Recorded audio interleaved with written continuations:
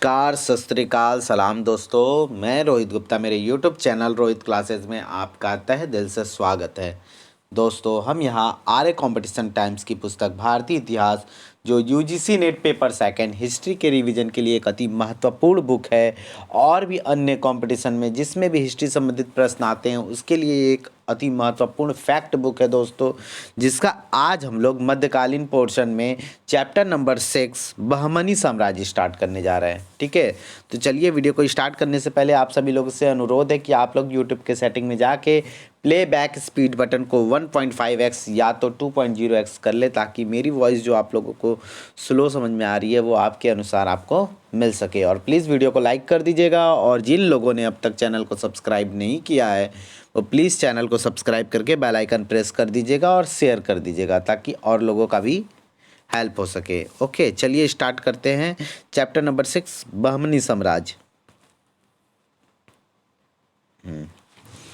मोहम्मद बिन तुगलक के शासन के अंतिम दिनों में दक्षिण के अमीर ए सादा के विद्रोहों के कारण बहमनी साम्राज्य की स्थापना हुई। ठीक है, आगे दक्कन का प्रथम स्वतंत्र शासक इस्माइल मख नासिरुद्दीन शाह था, लेकिन अधिक उम्र होने के कारण उसने पद त्याग दिया।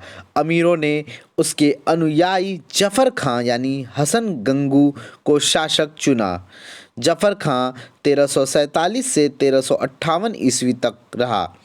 1347 ईस्वी में अबुल मुजफ्फर अलाउद्दीन बहमन शाह के नाम से शासक बना। वह बहमनी साम्राज्य की नींव डाली। वह अफ़गान था। ठीक है, वह एक अफ़गानी था। ठीक, आगे देख लेते हैं।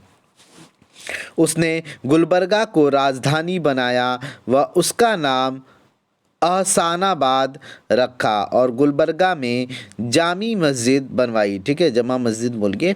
ठीक, आगे जिसमें भारतीय एवं ईरानी वास्तुकला का मिश्रण है। फरिश्ता के अनुसार हसन प्रारंभ में गंगू नामक ब्राह्मण का नौकर था, अतः उसे हसन गंगू कहा गया। हसन गंगू ने बहमन शाह की उपाधि धारण की। अन्य विचार के अनुसार वह अपने को पौराणिक ईरानी योद्धा बहमन शाह का वंशज मानता था। उसने अपने साम्राज्य को 4 प्रांतों मतलब 4 तरफ से में विभाजित किया था। 4 तरफ में विभाजित किया। ठीक, आगे जिसमें था दोस्तों गुलबर्गा, दूसरा दौलताबाद, तीसरा बरार और चौथा बिदर। इन 4 भागों में मतलब 4 वे में 4 तरफ उसने बांटा था अपने राज्य को। आगे देखते हैं। प्रत्येक तरफ एक तरफदार के अधीन था। प्रत्येक तरफ जो था दोस्तों मतलब प्रत्येक प्रांत जो था उसके समय में वह एक तरफदार के अंतर्गत था। ठीक है, अधीन था। आगे गुलबर्गा का तरफ सबसे महत्वपूर्ण था। बीजापुर इसमें शामिल था। उसने पश्चिमी तट के सबसे महत्वपूर्ण बंदरगाह दाभोल यानी दाबुल पर भी अधिकार कर लिया। आगे है, उसने दक्षिण के हिंदू शासकों को अपने अधीन किया। वह हिंदुओं से जजिया न लेने का आदेश दिया। वह पहला मुस्लिम शासक था जिसने जजिया माफ़ कर दिया। दूसरा शासक जैनुल अबिदीन व तीसरा शासक मुगल बादशाह अकबर था। ठीक है, आगे दोस्तों मोहम्मद शाह प्रथम 1358 ईस्वी से 1373 ईस्वी। उसने प्रशासन को पुनर्गठित किया तथा केंद्रीय प्रशासन को 8 विभागों में विभक्त कर अलग अलग मंत्री नियुक्त किए। उसने तेलंगाना यानी वारंगल के कंपा नायक से युद्ध कर विजय प्राप्त की। कंपा नायक ने गोलकुंडा का प्रदेश बहमनी साम्राज्य को दे दिया तथा तख्त ए फिरोजा नामक राज सिंहासन भी दिया। 1367 ईस्वी में विजयनगर शासक बुक्का प्रथम ने रायचूर दोआब की मांग को लेकर तुंगभद्रा दोआब में स्थित मुदक्कल के किले पर आक्रमण किया। वह नागरिकों का नरसंहार किया। बदले में मोहम्मद प्रथम ने भी विजयनगर पर आक्रमण कर निर्दोष हिंदुओं की हत्या की एवं युद्ध को जिहाद का रूप दिया। इसी युद्ध में पहली बार बारूद का प्रयोग किया गया था। ठीक है, याद रखिएगा। आगे है दोस्तों, दोनों पक्षों में भविष्य में युद्धों में निहत्थे नागरिकों की हत्या न करने का समझौता भी हुआ था। आगे, मोहम्मद शाह प्रथम ने प्रधानमंत्री यानी वजीर या वकील सैफुद्दीन गौरी की मदद से प्रशासनिक प्रणाली की नींव रखी। आगे है, उसने अमीर जुमला यानी वित्त मंत्री तथा वजीर अशरफ यानी विदेश मंत्री भी नियुक्त किए। सेनापति को अमीर उल उमरा कहा जाता था, जिसके अधीन बारबरा दरान होते थे जो फौज जुटाते थे। सुल्तान के निजी अंगरक्षकों को खास खेल कहा जाता था। मोहम्मद शाह प्रथम की मृत्यु के पश्चात अलाउद्दीन मुजाहिद 1373 ईस्वी से 1377 ईस्वी एवं दाऊद खां 1378 ईस्वी में अल्प समय के लिए शासक बने। आगे है दोस्तों, मोहम्मद शाह द्वितीय 1378 से 1397 ईस्वी। यह शांति प्रिय व विद्वानों का संरक्षक था। उसने प्रसिद्ध फारसी कवि हाफिज को गुलबर्गा आने का निमंत्रण दिया। उसके काल में विजयनगर में शांति रही व कोई युद्ध नहीं हुआ। दर्शन व कविता के प्रति अभिरुचि के कारण मोहम्मद शाह द्वितीय को दूसरे अरस्तु की उपाधि से विभूषित किया गया। आगे है, ताजुद्दीन फिरोज शाह 1397 से 1422 ईस्वी। फिरोज विद्वान शासक था। उसने चौल व दाभोल के बंदरगाहों को विकसित किया।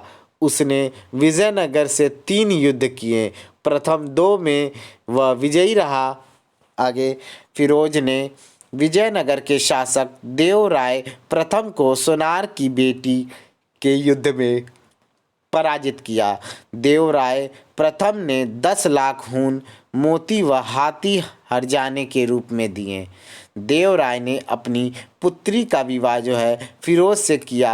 वह बंकापुर के क्षेत्र बंकापुर का जो क्षेत्र था एरिया, उसको दहेज में दिया। ठीक है। आगे, फिरोज ने गोंडवाना क्षेत्र के खेरला शासक की पुत्री से भी इससे पहले विवाह किया था। ठीक है। आगे, फिरोज ने पश्चिम एशिया के मुसलमानों को आमंत्रित कर प्रशासन में उच्च पद दिए, जिससे अमीर वर्ग आफाकी यानी विदेशी व दक्कनी गरीब या देसी 2 गुटों में बट गया। इस गुटबंदी से बहमनी साम्राज्य का विघटन हुआ। आफाकी शिया थे व दक्कनी सुन्नी थे। आफाकियों में ईरानी, अरब व तुर्क थे। आगे देखते हैं दोस्तों, बुरहान ए मासिर, ठीक है, बुरहान मासिर के लेखक के अनुसार फिरोज शाह कुरान की नकल की प्रतियां बेचकर आजीविका चलाता था। ठीक है, उसकी फ़ोटोकॉपी जैसे बोल सकते हैं। हालांकि उस समय कहाँ फ़ोटोकॉपी हो रहा होगा, वो हाथ से लिखित होगा, हाथ से ही लिखा जाता होगा उसको। चलिए आगे। फिरोज शाह अरबी, फारसी, तुर्की, तेलुगु, कन्नड़ एवं मराठी भाषाओं का जानकार था। फिरोज ने प्रशासन में बड़े स्तर पर हिंदुओं को सम्मिलित किया। इसके समय से दक्कनी ब्राह्मण प्रशासन में महत्वपूर्ण भूमिका अदा करने लगे।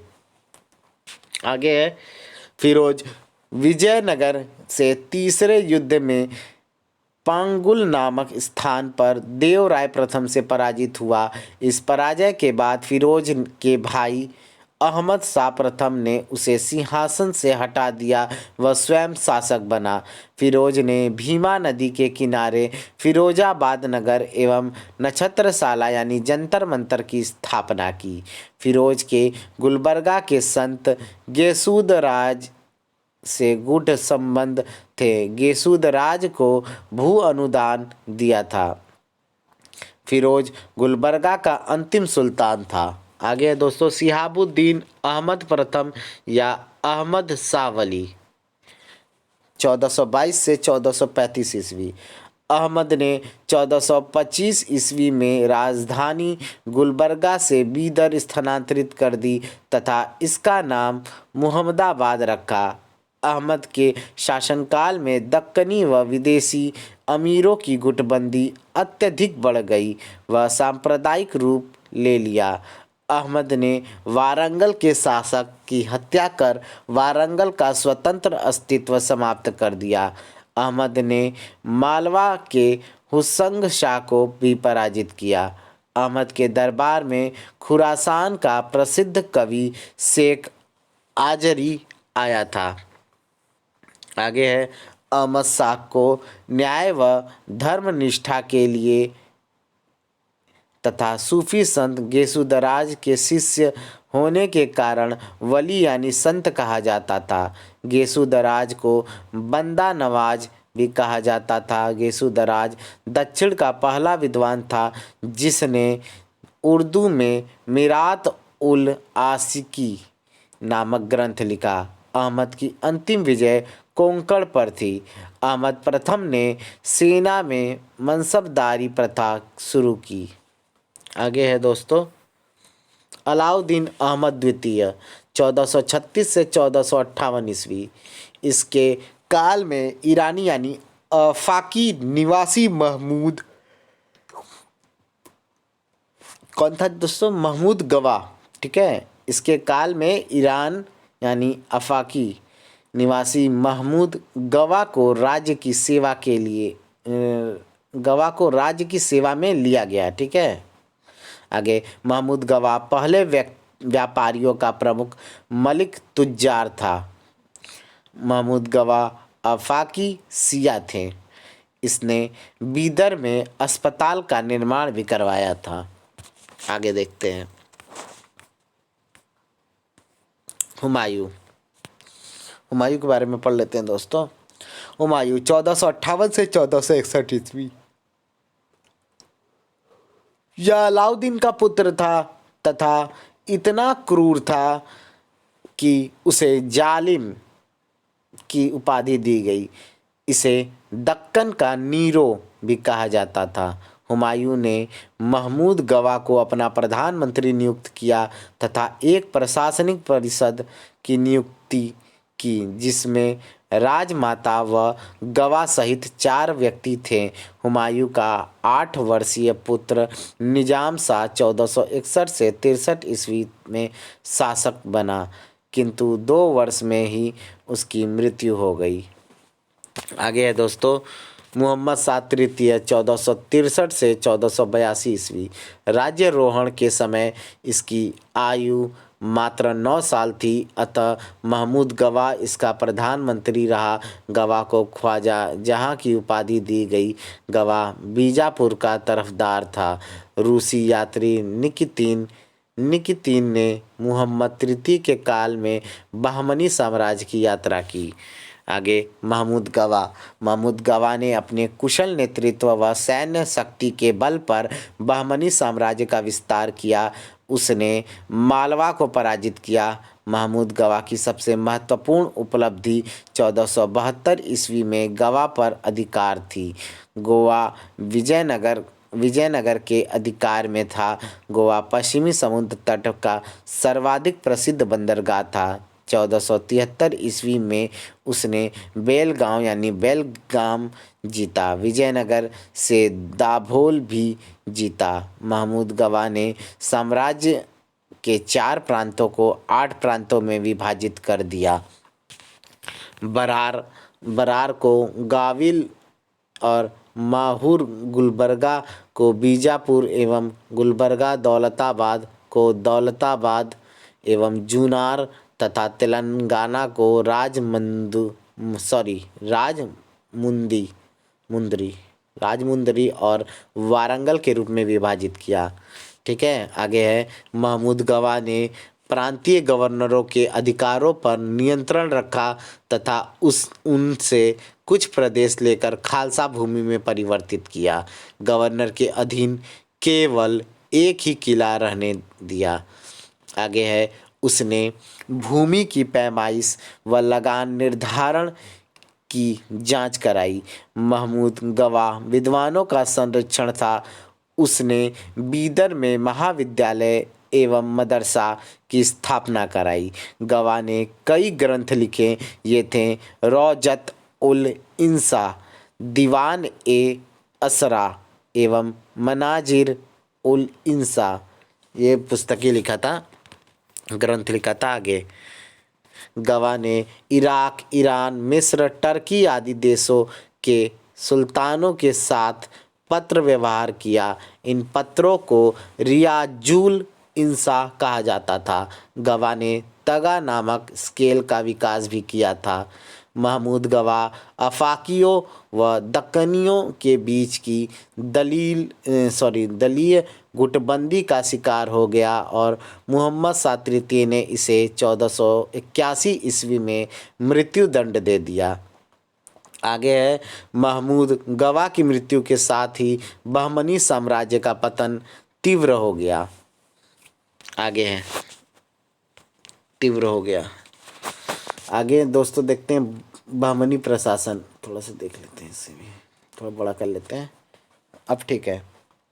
बहमनी प्रशासन बहमनी साम्राज्य प्रांतों में बंटा हुआ था, जिन्हें तरफ कहा जाता एवं सूबेदार को तरफदार कहा जाता था। प्रांतों का विभाजन सरकार, परगना एवं ग्रामों में हुआ था। सुल्तान की सहायता के लिए 8 मंत्री होते थे। पहला प्रधानमंत्री, जो कि वकील उस सल्तनत होता था। वित्त मंत्री अमीर ए जुमला होता था। उप वित्त मंत्री नाजिर होता था। विदेश मंत्री वजीर ए अशरफ होता था। न्यायाधीश एवं धार्मिक कार्य जो देखता था उसका मंत्री कौन था? सद्र ए जाहर।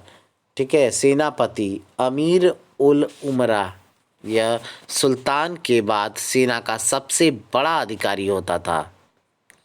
ठीक है। आगे देखते हैं। अमीर उल उमरा के नीचे बरदान होते थे, जो आवश्यकता के समय सेनाओं को इकट्ठा करते थे। पेशवा वजीर कुल एवं प्रधानमंत्री कार्यालय से संबंधित था। सैफुद्दीन गौरी प्रथम 5 बहमनी शासकों के काल में मंत्री रहा तथा महमूद गवाह अंतिम 3 वास्तविक बहमनी शासकों, जिसमें अलाउद्दीन अहमद द्वितीय, हुमायूं एवं मुहम्मद तृतीय के काल में प्रमुख अधिकारी एवं प्रधानमंत्री रहा। बहमनी राज्य की मुद्रा जो थी दोस्तों वह हुंड थी। ठीक है। इंपॉर्टेंट लाइन है, याद रखिएगा। बहमनी राज्य की मुद्रा हुंड थी। आगे दक्कन के शासकों ने भू राजस्व का रियायती मूल्यांकन के लिए इस्तवा उपाय किए। ठीक है। महमूद शाह तृतीय 1482 से 1518 ईस्वी के काल में एक विदेशी तुर्की सरदार अमीर अली बरीद का पिता कासिम बरीद प्रधानमंत्री था।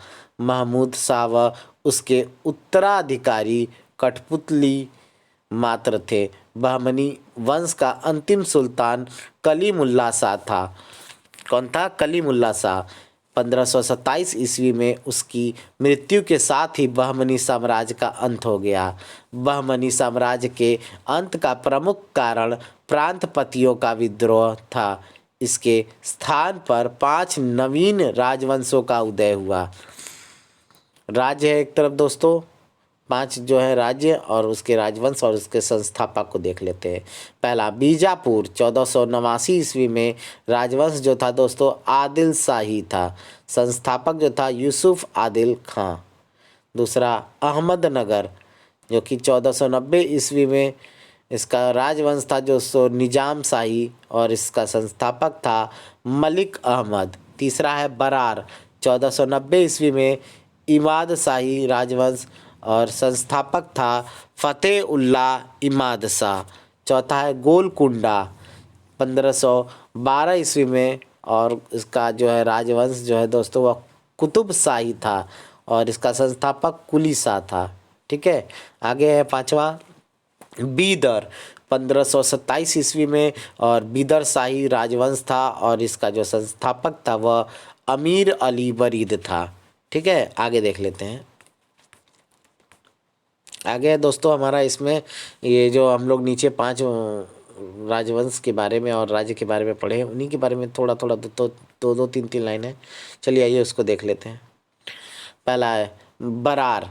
सबसे पहले बहमनी साम्राज्य से बरार 1484 ईस्वी में फतहुल्लाह इमाद शाह के नेतृत्व में स्वतंत्र हुआ, लेकिन 1490 ईस्वी में इसे स्वतंत्र राज्य के रूप में मान्यता मिली।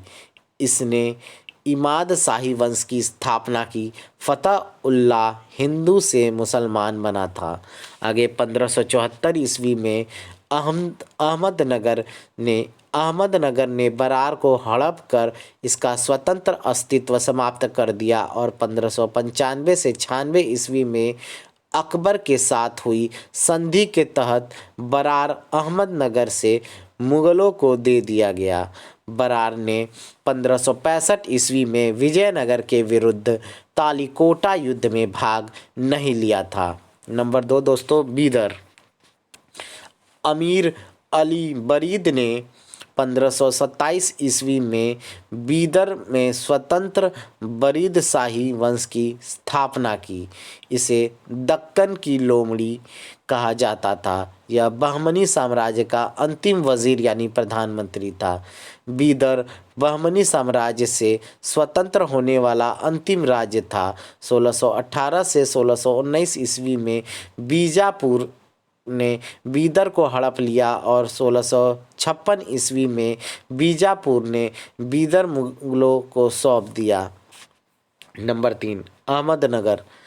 अहमदनगर राज्य की स्थापना मलिक अहमद ने 1490 ईस्वी में की एवं निजाम शाही वंश की नींव रखी। मलिक अहमद ने ही 1490 ईस्वी में अहमदनगर शहर की स्थापना की तथा अपनी राजधानी जुन्नैर से वहां स्थानांतरित की। महमूद गवा के बाद मलिक अहमद बहमनी साम्राज्य का वजीर बना तथा निजामुल मुल्क की उपाधि धारण की। मलिक अहमद के पिता निजामुल मुल्क बहरी हिंदू थे जिन्होंने बाद में इस्लाम स्वीकार किया। आगे बुरहान निजाम शाह 1508 से 1553 ईस्वी। 1508 ईस्वी में मलिक अहमद की मृत्यु के बाद उसका पुत्र बुरहान शासक बना। अहमदनगर सुल्तानों में वह पहला था जिसने निज़ाम शाह की उपाधि धारण की। मुकम्मल खां दक्कनी उसका प्रधानमंत्री था। हुसैन निज़ाम शाह 1553 से 1565 ईस्वी।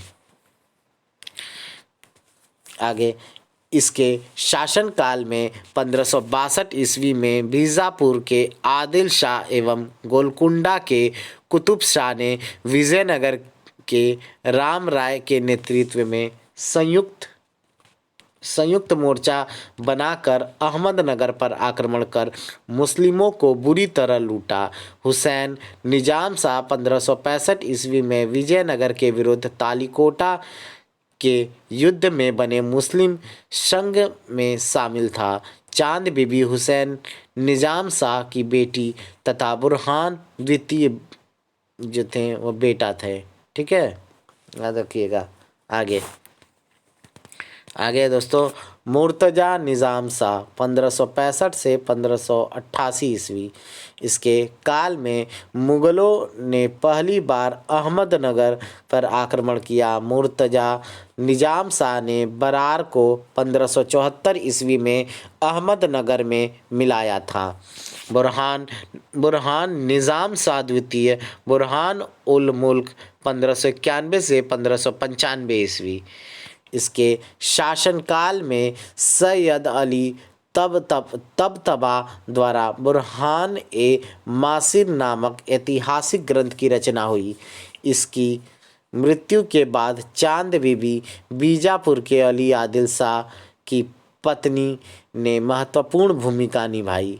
अपने पति की मृत्यु के बाद वह वापस अहमदनगर आ गई।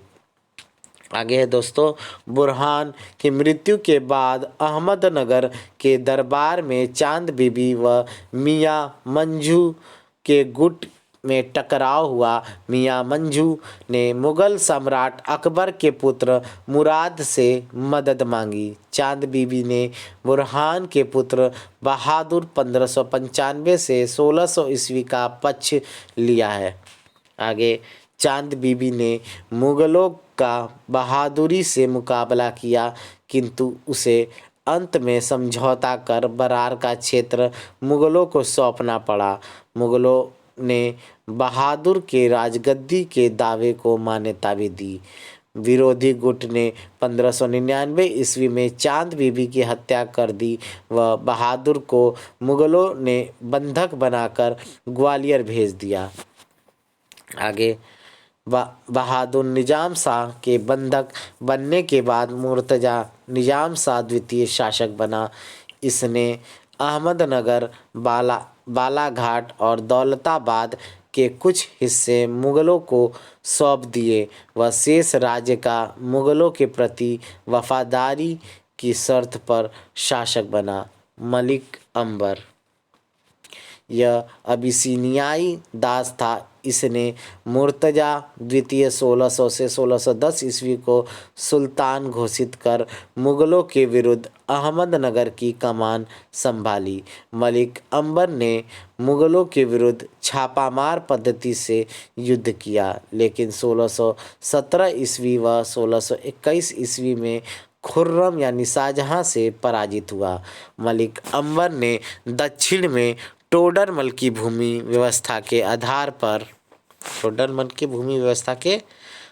पर रयतबाड़ी यानी जाबती व्यवस्था लागू की तथा भूमि को ठेके पर देने की प्रथा समाप्त की तथा भू क्षेत्र का आकलन सरसरी निगाह यानी नज़र पाहनी द्वारा करने की शुरुआत की। भू राजस्व की अधिकतम दर 1/4 से 2/3 होती थी। आगे है, वर्गीगिरी यानी गुर्रिल्ला युद्ध नीति का जनक भी मलिक अंबर था। मलिक अंबर की 1626 ईस्वी में मृत्यु के बाद मुगल बादशाह शाहजहां ने 1633 ईस्वी में अहमदनगर को मुगल साम्राज्य में मिला लिया। बुरहान तृतीय 1610 से 1632 ईस्वी के बाद हुसैन तृतीय यानी 1632 से 33 ईस्वी में शासक हुआ। हुसैन तृतीय अहमदनगर का अंतिम शासक था। इसे शाहजहां ने ग्वालियर के किले में कैद करवा लिया। नंबर 4, बीजापुर। बीजापुर के सूबेदार यूसुफ आदिल खान ने 1489 से 90 ईस्वी में बीजापुर को स्वतंत्र घोषित कर आदिल शाही वंश की स्थापना की। वह अपने को तुर्की के सुल्तान का वंशज मानता था। यूसुफ आदिल खान ने फारसी के स्थान पर हिंदवी यानी दक्कनी उर्दू को राजभाषा बनाया है। आगे, आदिल खां शिया था। उसने अन्य धर्मों व कला और साहित्य को भी संरक्षण दिया। 1510 ईस्वी में पुर्तगालियों ने यूसुफ आदिल खां से गवा छीन लिया। इस्माइल आदिल शाह 1510 ईस्वी से 34 ईस्वी में यूसुफ आदिल शाह का उत्तराधिकारी था। आगे दोस्तों हम लोग पढ़ेंगे इब्राहिम आदिल शाह। ठीक है, 1534 ईस्वी से 1558 ईस्वी। इब्राहिम बीजापुर का पहला शासक था जिसने शाह की उपाधि धारण की। ठीक है, किसकी? शाह की उपाधि धारण की। उसने हिंदुओं को राजकीय पदों पर नियुक्त किया। इस समय असद खां बीजापुर का योग्य मंत्री था। अली आदिल शाह 1558 से 1580 ईस्वी। लंबा समय तक था, थोड़ा सा ठीक ठाक था, फिर भी उतना कम नहीं था समय, 22 साल था, कम नहीं था। इसे सूफी के रूप में जाना जाता है। वह हिंदू व मुस्लिम संतों से चर्चा करता था। अली आदिल शाह ने अकबर से भी पहले कैथोलिक मिशनरियों को अपने दरबार में बुलाया। इसका विवाह जो है अहमदनगर के हुसैन निजाम शाह की पुत्री चांद बीबी से हुआ था। आगे है अली आदिल शाह ने अपने पुस्तकालय में संस्कृत के विद्वान वामन पंडित को नियुक्त किया। अली आदिल शाह विजयनगर के विरुद्ध बनाए गए मुस्लिम राज्यों के संगठन के प्रमुख थे। इसे राम राय अपने पुत्र के समान समझता था। जो राम राय था अपने पुत्र के समान समझता था। आगे देखते हैं दोस्तों, थोड़ा सा छोटा कर लेते हैं। इब्राहिम आदिल शाह द्वितीय के बारे में पढ़ते हैं। चलिए, इब्राहिम आदिल शाह द्वितीय 1580 से 1627 ईस्वी। वह महान विद्वान एवं उदार शासक था। उसके उदार दृष्टिकोण के कारण प्रजा उसे जगत गुरु भी कहती थी। गरीबों की सहायता करने के कारण उसे अब अबला बाबा एवं गरीबों का मित्र भी कहा जाता था। इब्राहिम आदिल शाह द्वितीय ने हिंदी गीत संग्रह किताब ए नौरस की रचना की। उसने पंडारपुर के विठोबा मंदिर को भी दान दिया। इब्राहिम ने नौरसपुर नगर की स्थापना कर उसे अपनी राजधानी बनाई। इब्राहिम ने अपने गीतों में विद्या व संगीत की देवी सरस्वती का आह्वान किया है। आगे, इब्राहिम के शासनकाल में मोहम्मद कासिम हिंदू शाह उर्फ फरिश्ता 1560 से 1620 ईस्वी ने तारीख फरिश्ता यानी गुलशन ए इब्राहिम नाम ऐतिहासिक ग्रंथ की रचना की है। यह पुस्तक जो है दोस्तों मुगल बादशाह जहांगीर के समय 1612 ईस्वी में पूरी हुई थी। अलेक्जेंडर डोव ने 1768 ईस्वी में तारीख फरिश्ता का अंग्रेजी में अनुवाद किया है। आगे, इब्राहिम के काल में शुरू के वर्षों में उसकी चाची चांदी बीबी बीजापुर की वास्तविक शासिका रही, क्योंकि इब्राहिम 9 वर्ष की आयु में ही शासक बना। इब्राहिम ने अपनी पुत्री का विवाह अकबर के पुत्र दानियाल से किया। इब्राहिम आदिल शाह द्वितीय ने उर्दू को राजकीय भाषा बनाया। इब्राहिम आदिल शाह द्वितीय का मकबरा इब्राहिम रोजा है, जिसका निर्माण उसने स्वयं करवाया। उसकी बेगम ताज सुल्ताना भी इसी मकबरे में दफन है। आगे, मोहम्मद अली आदिल शाह द्वितीय 1627 से 1672 ईस्वी। वह इब्राहिम का पुत्र व उत्तराधिकारी था। इसने शाहजहां से 1636 ईस्वी में संधि कर मुगल अधीनता स्वीकार की। मोहम्मद अली आदिल शाह द्वितीय का मकबरा गोल गुंबज के नाम से विश्वविख्यात है। याद है ना दोस्तों, बहुत इंपॉर्टेंट लाइन है। गोल गुंबज किसका है मकबरा दोस्तों? मोहम्मद अली आदिल शाह द्वितीय, याद रखिएगा। आगे है, इसके समय मुरारी पंडित ने बीजापुर की राजनीति में काफ़ी महत्वपूर्ण भूमिका निभाई।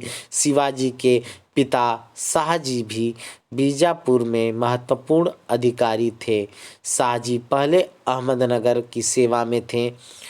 आगे, 1686 ईस्वी में औरंगजेब ने बीजापुर को मुगल साम्राज्य में मिला लिया। इस समय बीजापुर का सुल्तान सिकंदर आदिल शाह था। उसे मृत्यु के बाद धार्मिक गुरु शेख फहीमुल्लाह की कब्र के पास दफना दिया गया। आगे है दोस्तों हमारा गोलकुंडा के बारे में देख लेते हैं। गोलकुंडा के कुतुब शाही वंश के राज्य की स्थापना कुली शाह ने 1512 या 1518 में की। गोलकुंडा का राज्य वारंगल के हिंदू राज्यों के स्थान पर बना। कुली शाह की 1543 ईस्वी में उसके पुत्र जमशेद 1543 से 1550 ईस्वी ने हत्या कर दी। ठीक है, कुली शाह की जो है 1543 ईस्वी में उसी के पुत्र जमशेद ने हत्या की थी। ठीक है, आगे, इब्राहिम कुली कुतुब शाह 1550 से 1580 ईस्वी। इब्राहिम गोलकुंडा का पहला सुल्तान था जिसने कुतुब शाह की उपाधि धारण की। वह विजयनगर के विरुद्ध 1565 ईस्वी में बने मुस्लिम राज्यों के संघ में भी शामिल था। इसके समय मुरारी राव पेशवा बना। मोहम्मद कुली कुतुब शाह 1580 से 1612 ईस्वी। इसकी साहित्य व स्थापत्य में रुचि थी। वह यह हैदराबाद नगर का संस्थापक था। ठीक है, मोहम्मद कुली कुतुब शाह, याद रखिएगा, कुली कुतुब शाह इम्पोर्टेंट है, हैदराबाद नगर का संस्थापक है। इसने दक्कनी उर्दू में प्रथम दीवान यानी काव्य संग्रह की रचना की। हैदराबाद को साहित्यकारों का बौद्धिक क्रीड़ा स्थल कहा जाता है। मोहम्मद कुली कुतुब शाह दक्कनी उर्दू काव्य का जन्मदाता माना जाता है। मोहम्मद कुली ने उर्दू व तेलुगु को समान रूप से संरक्षण भी दिया है। उसने प्रथम बार धर्मनिरपेक्ष विषयों पर कविताएं लिखी। मोहम्मद कुली कुतुब शाह ने 1591 ईस्वी में हैदराबाद की चार मीनार का निर्माण करवाया। ठीक है, इंपॉर्टेंट लाइन है। चार मीनार जो है ना दोस्तों, वह कब बना था? 1591 में, याद रखिएगा, कुली कुतुब शाह के द्वारा। आगे, मोहम्मद कुतुब शाह ने 1612 से 1626 ईस्वी तक शासन भी किया है। आगे, अब्दुल्ला कुतुब शाह 1626 से 1672 ईस्वी। यह अल्पायु 11 वर्ष होने के कारण अपनी माता हयात बख्श बेगम के संरक्षण में सुल्तान बना। अब्दुल्ला कुतुब शाह ने 1636 में मुग़लों से संधि कर ली तथा मुग़ल बादशाह शाहजहां का नाम खुतबा व गोलकुंडा के सिक्कों में शामिल किया। आगे, मिर्ज़ा निजामुद्दीन अहमद के हकीकत उस सलातीन से हमें अब्दुल्ला कुतुब शाह के शासन के इतिहास का वर्णन मिलता है।